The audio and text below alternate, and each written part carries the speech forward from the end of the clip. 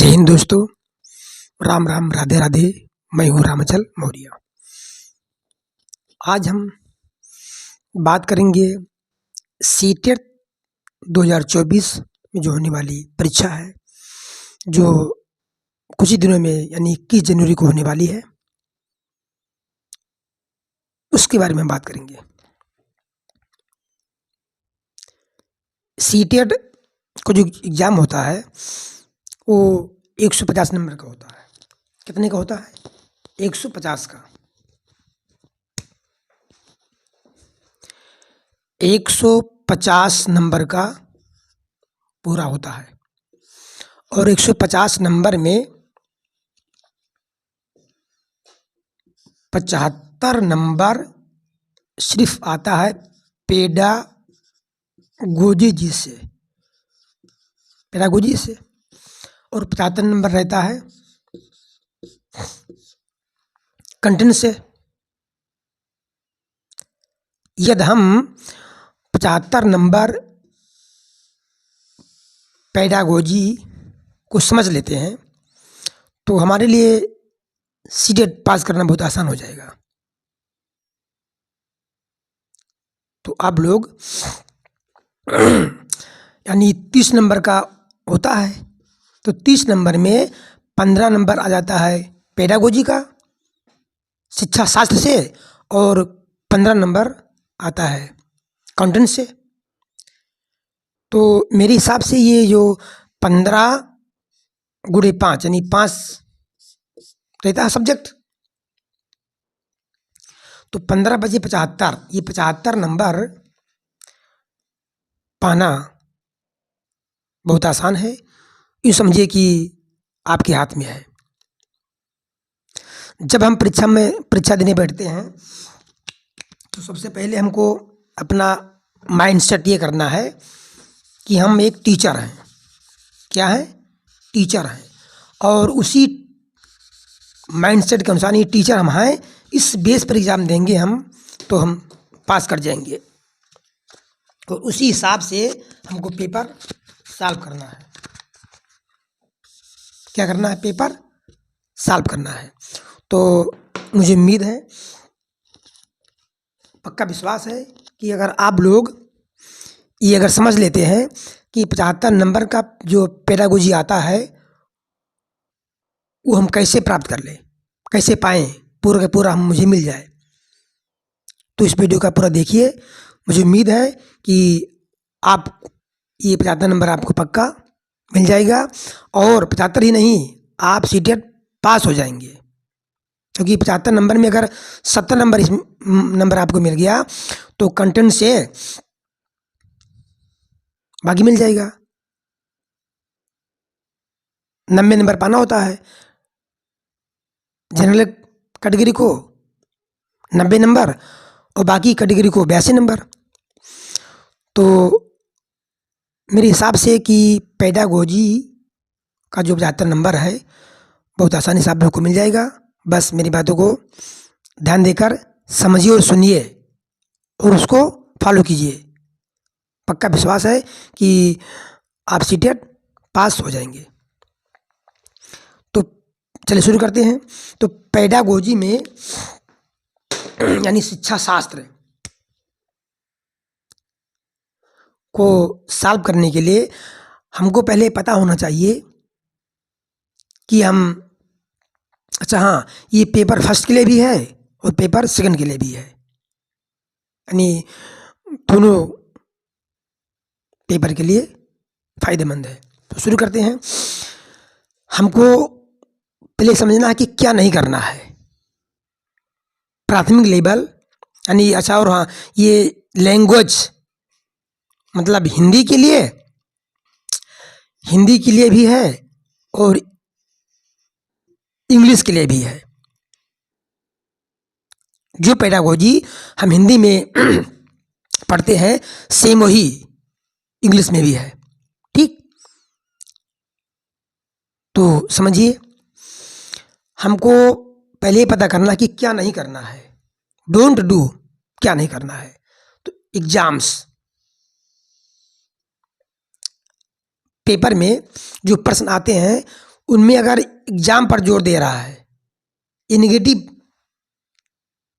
Word है, इसको हमको टिक नहीं करना है। कोई प्रश्न है, अगर उसमें ये दे रखा है एग्जाम पर जोर दे रहा है, तो उसको हमको काट देना है। रूल, नियम, अगर नियम के बारे में कोई ऑप्शन है कि बच्चों को हमको नियम सिखाना है, तो नियम नहीं सिखाना है, इसको भी काट देना है।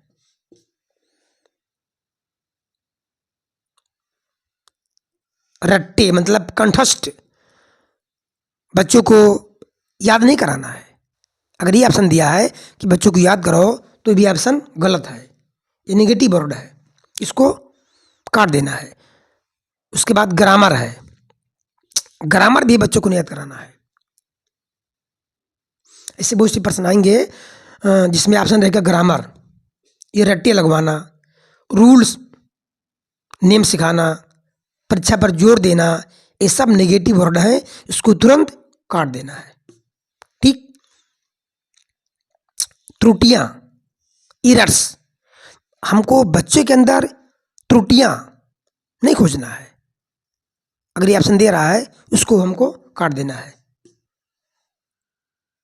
मार्क्स, अंक, बच्चों को भाषा अर्जन करने में, लैंग्वेज एक्वायर करने में हमको अंक का भी ध्यान नहीं देना है कि बच्चा कितना नंबर पाया। अगर ये ऑप्शन में है, उसको भी काट देना है। ये लैंग्वेज लर्न, बच्चे को हमको भाषा अधिगम नहीं कराना है, मतलब भाषा सिखाना नहीं है, भाषा को क्या करना है, अर्जित कराना है। तो इसलिए अगर ये ऑप्शन है कि लैंग्वेज लर्न यानी भाषा अधिगम, तो इस ऑप्शन को काट देना है। अत्यधिक बल, हमको बच्चों के ऊपर किसी प्रकार का प्रेशर, दबाव, अत्यधिक बल नहीं देना है। अगर ये ऑप्शन है, तो उस ऑप्शन को काट देना है। जब ऑप्शन कट, ये सब ऑप्शन कट जाएंगे, तो बचेगा चौथा ऑप्शन, वो आपका सही हो जाएगा। हमको पता हो गया कि हमको इन सब बातों को नहीं करना है, इन सब बातों को नहीं करना है। अगर ये पता हो जाए कि हमको क्या नहीं करना है, तो सही उत्तर अपने आप मालूम हो जाएगा। चलिए अब देखते हैं कि हमको करना क्या है। डू, पहला है कि लैंग्वेज एक्वायर यानी भाषा को अर्जित कराना है, ना कि अधिगम कराना। यह है पॉजिटिव वर्ड। अगर ये ऑप्शन में दिया है कि भाषा को हम क्या कराना है, अर्जित कराना है, तो ये ऑप्शन सही है, इसको टिक कर देंगे, आपका प्रश्न सही हो जाएगा। एक्सपोजर, मौका, लैंग्वेज को अर्जित करने के लिए बच्चे को हमको क्या देना चाहिए, एक्सपोजर, मौका देना चाहिए, अवसर देना चाहिए कि बच्चा स्वयं सीखे, बल नहीं देना है। उसको जब मौका मिलेगा तो बच्चा अपने आप सीख जाएगा। इसलिए अगर ये ऑप्शन दिया हुआ है, मौका देना है, पर्यावरण देना है, उसको टिक करिए, आपका क्वेश्चन सही हो जाएगा। सराउंडिंग, परिवेश, बच्चे को कुछ सिखाने के लिए, कुछ अर्जित कराने के लिए हमको क्या देना चाहिए, परिवेश देना चाहिए। परिवेश अगर अच्छा रहता है तो बच्चे अपने आप सीख जाते हैं किसी चीज़ को। इसलिए ये ऑप्शन पॉजिटिव ऑप्शन है, इसको टिक करेंगे।